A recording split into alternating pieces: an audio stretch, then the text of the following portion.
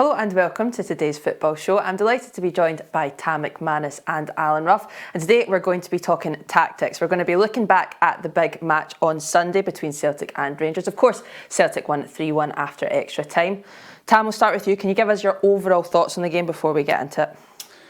Yeah, listen, there's a lot to get through, to be honest with you. I think obviously the red card for Rangers early doors, really turned the game in Celtic's favour. But I thought Celtic started the game the better side. I thought that they came out the traps quicker than Rangers and they settled into the game better, and they obviously got the goal for Johnny Kenny, and really I think the second goal would have killed the game off, but as long as that scoreline was still at 1-0, Rangers were still in the game. You've got to give Rangers a lot of credit second half.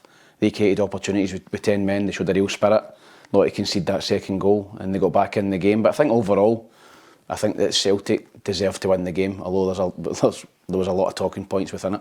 Ruffy, Celtic building a little bit of momentum now under Martin O'Neill, but a victory like that must do so much for the players. Yeah, I think it would do. I think the most important thing was Celtic got the players playing in the right positions. Maeda playing out wide, Nygren in the middle. That's the strength that they had before. They'd been playing in positions they shouldn't really be at. But certainly I thought Celtic, like Tam said there, I thought the first half, I thought Celtic was showing more aggression. And I think if you looked at the saves both goalkeepers had, the most were Celtic. Absolutely. Who was the star player then? I know Austin Trust to get man of the match from the sponsors, but I thought Callum McGregor was outstanding. I thought he controlled the game. I think he's shown real leadership qualities in the last 2 or 3 games. I think that Hearts game, particularly at Tynecastle, when a lot of people were questioning his influence on the Celtic team at that point, I thought the first half at Tynecastle, Celtic lost the game. I thought he was incredible, the best I'd seen him in a long time. He obviously scored the goal. And I think a continuation of that was the Falkirk game, where they won comfortably at the weekend. Not only his goal that won Celtic the game, but just his influence his calming influence on the game. Got the ball, controlled the pace of the game, and got into the final third and got shots away as well. So I thought Callum McGregor was outstanding. I thought he was the best player on the pitch. I'd have probably went for Kenny.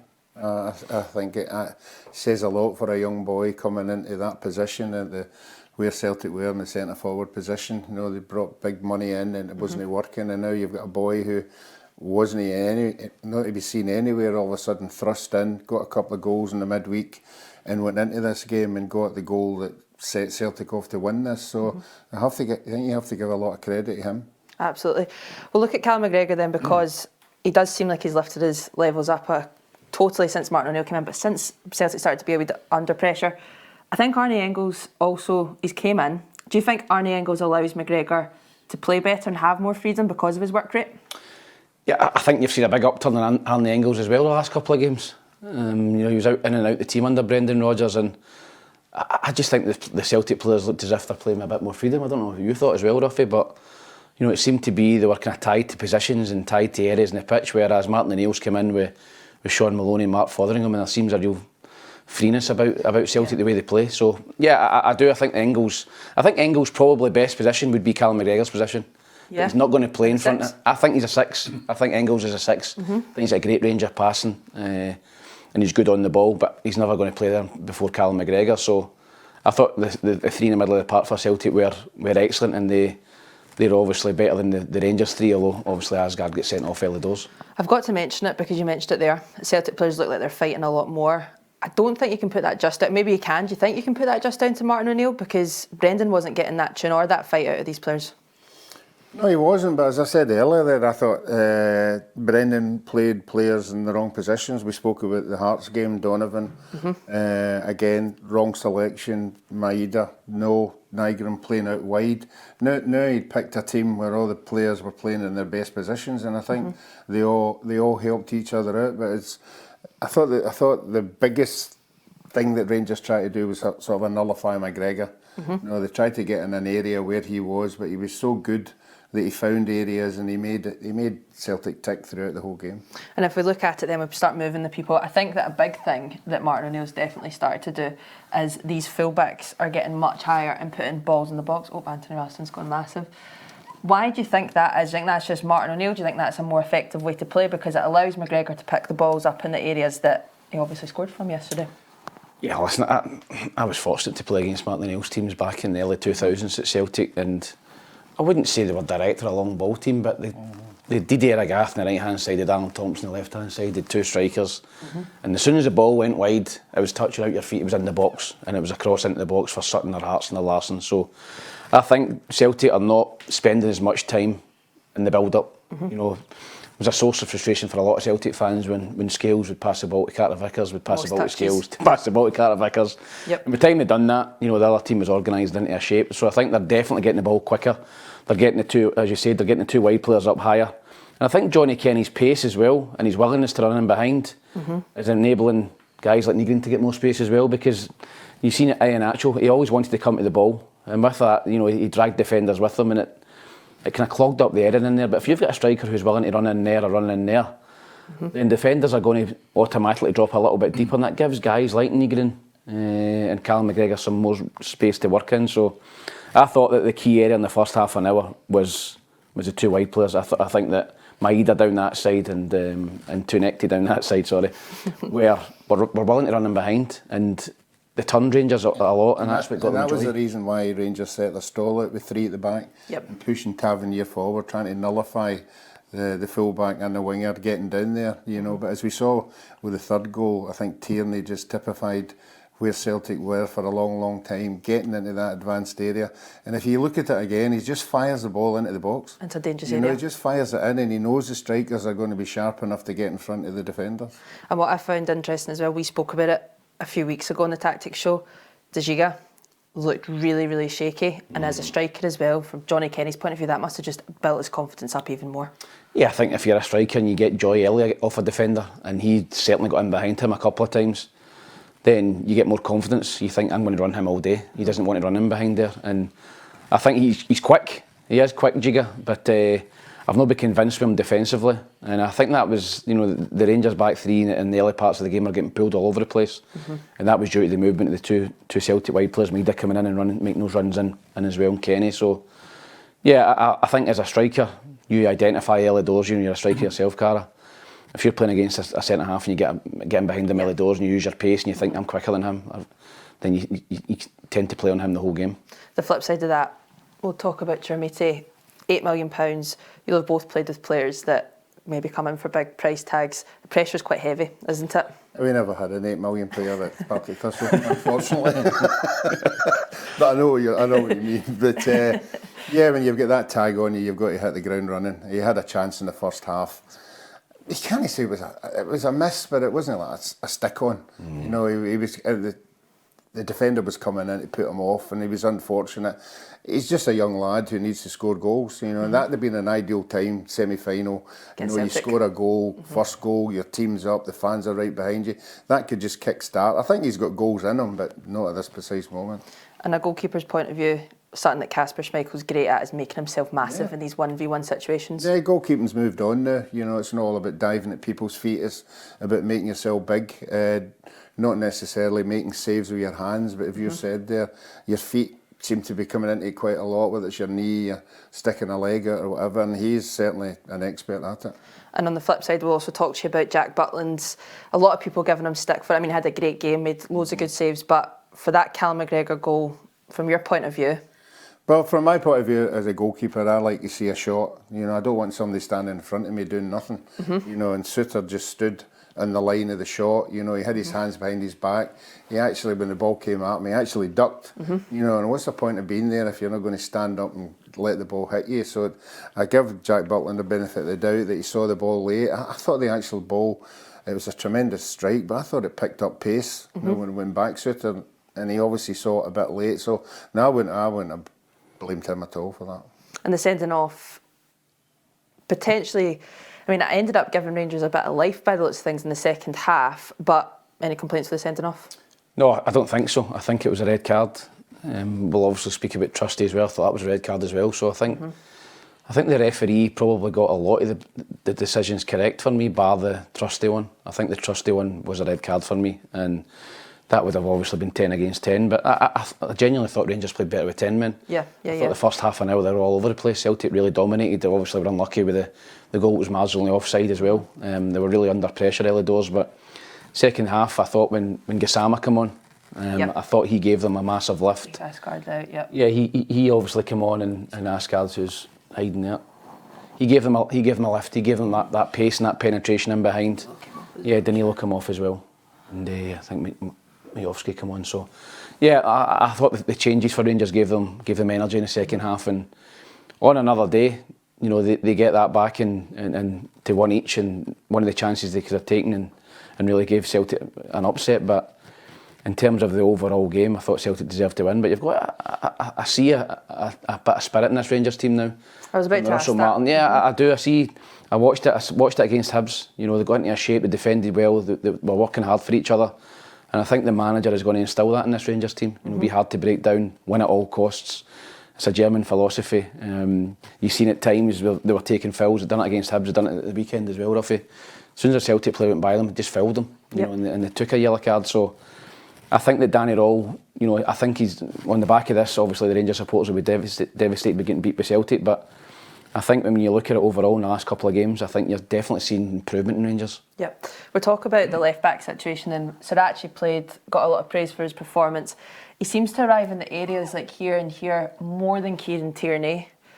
Is it a dilemma? If Sirachi's fit and we came off injured, is it a dilemma? Because Kieran Tierney, I mean, his quality the ball in for the goal. I don't know if it was a shot or a cross. Yeah, I thought the biggest miss for Celtic was Greg Taylor.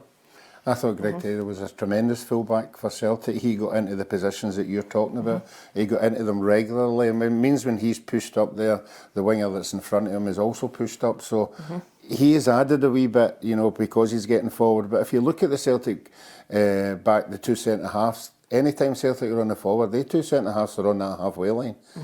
And when your defence is pushed up, everybody else is pushed up. So it just means there's more people available in the box to score a goal. Absolutely, and I suppose the thing is that Celtic fans don't see, you mentioned it, is the ball between Kasper Schmeichel, Kieran Pucciametti back, this pattern of play where it just is everything's in front of the opposition team, especially teams like Dundee. That's exactly where they want the ball, isn't it? And you've seen when they've not been doing that, how effective they are when they're more direct. Yep, I think Martin O'Neill definitely have changed that. They're getting the two wide players higher and pushing the two full-backs on. And as I said, most teams will play one up front against Celtic, so that's why the two centre-halves at Celtic have always got loads of the ball. Because most teams play against Celtic with one forward and they tend to just pass the ball, and they're quite happy to do that, the opposition. Two centre-halves to have the ball, but certainly there's more directness about Celtic.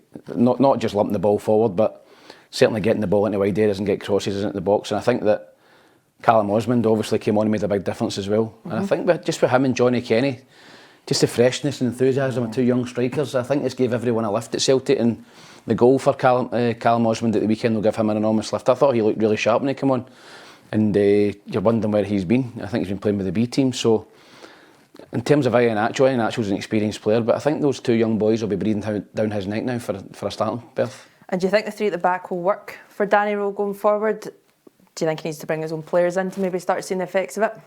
I think the three at the back will work from other teams apart from Celtic, because Celtic are so sharp with the two boys up front. And with Tavernier pushing forward, there's a big gap in there. Yeah. You know, there's a gap in there, and Celtic are so good. They work the ball about the midfield, and then they just put it into the space. You know, and that's where they get all the benefit from. But I always think three at the back is vulnerable if your centre halves don't want to get caught out wide, because if Suter gets caught away out there, or whoever it is, they just get skinned. I think it definitely suits Rangers with playing McGomer and Tavernier. I think you can't play four at the back with two full-backs. Russell Martin done it earlier in the season, and they were away up the park and were leaving 2v2 and 2v1 in these areas. There was people running into these areas. So I think I thought they played really well against Hibs and were very solid, and it suited McGomer and Tavernier because they can bomb forward knowing that they've got three defenders sitting behind them. So I think that the sign of a good manager is playing a system that suits your players, and I think the kind of 3-4-1-2 or 3-4-3, as you want to call it, that Rangers are playing at the minute does suit the players they've got at the minute. And lastly, we've done a few tactics shows and Dyson Maeda was not in them. How important is it for Celtic that he's back? I mean, he looked like a different player at the weekend with his work rate. Yeah, I think he gives you another dimension. I think his pace and his power, I think Celtic have missed that. We spoke about before the Hearts game, we'd done the preview, and we thought if he plays, if you're a centre-half roughie and Dyson Maeda's playing, automatically you go, why get done in behind with him? If Iheanacho plays, then you're going like that. He's not going to run away for you. So again, it gives you more space to play him. You've got pace in the forward areas. defenders naturally drop back and gives you more space to play in those little pockets where you can get players into. So I think just his pace and his presence in the Celtic team, even if he's not playing well, does force defenders 10-15 yards further back. Absolutely. Ruffy? And you know, he's such a live wire. You know, I didn't realise at Partick Thistle game I was at, he came on in the second half, and I didn't realise how fast he was. You know, he just chases everything down. And if you're a defender, you know you think you're going to get time on the ball, but you know, because he's going to be there right behind you. You might have thought you'd left him, but he's such... The enthusiasm to get the ball is fantastic, and that's a big plus for Celtic now. Martin O'Neill probably got 2 games for sure. Midtjylland on Thursday night and then Kilmarnock at the weekend. Do you think he gets more than these 2 games? What would your guess be? I would think he'd be wanting to do the final, most definitely. Now you can December. Get when you're a manager, you know you get a buzz of the semi-final. You know what the final's coming up. You've been there that many times. I think he would want that in his CV. I think that's a big plus. And if he's not, you know, and it is somebody else, I would like to think he would still be there for the final day. Is it a bit of a fairy tale the Celtic fans are living right now with Martin O'Neill? Is it a case of if they were to suffer defeat in their next 2 games, even just one of them, the bubble bursts very quickly and it's back onto the board? We need a new manager. Yeah, I think that the Celtic supporters are obviously delighted Martin O'Neill's back. A lot of nostalgia amongst the older supporters. You know, he was such a fantastic manager for Celtic and won so many titles, but I think there will be a wee bit of clamour if they win the next 2 games. If he goes, you know, winning 4 games, and I think that the Celtic supporters would maybe want to see him to the end of the season. But listen, we don't know what's going on behind the scenes at Celtic. They could have a manager in place for December or January. But I think Martin O'Neill, Sean Maloney, Mark Fotheringham all know Celtic Football Club, and I think with the way Hearts are playing at the minute, I think it's a big risk to bring a foreign manager in, or a manager that's never been involved at Celtic to go and win the league this season. I think there's always a settling in period for any manager, and I think Martin O'Neill and the guys are there, probably a safer pair of hands, but who knows what will happen. Very interesting. Just quickly touch on midweek, Celtic and Rangers in action, of course, Aberdeen. Celtic away to Midtjylland, tough game for them? Yeah, I think they are. You know, I think they're a team that's on the up. You know, they are a Champions League team. They've been there round about. I know they've got 2 or 3 players missing, but again, it's how Celtic set their stall out. You know, I think when you go away for home in these games with the league group, I think a draw would be a good result. You know, to add on, you know, with the home games that have coming up. So I think they'd be happy with a draw, but it's going to be a tough night. Rangers, Roma? Yeah, I mean, I don't see Rangers beating Roma. Roma are doing pretty well this season in Serie A. I know they lost at the weekend to AC Milan, but yeah, I would expect Roma to come and take care of Rangers. I think, you know, the quicker kind of Rangers, I don't think Rangers are going to qualify now. You know, I think that the quicker they can kind of get... Move on from the midweek games. Just move on for the midweek games and just try and get a bit of momentum going in terms of the league and trying, because, listen, it's not only Celtic they've got to catch, it's Hearts as well, so... Yeah. I don't think that I think that's a massive advantage that Hearts have got at the minute. The Celtic are playing Thursday, Sunday, Rangers are playing Thursday, Sunday, and they can just go Saturday to Saturday, Saturday to Sunday and prepare all week for a game. So, as I said, I don't think it would be a disaster Rangers exiting pretty shortly. Absolutely. Well, thank you very much. Thank you very much to you as well for watching the football show, and make sure that you subscribe to PLZ Premium if you want a chance of going to the Champions League final.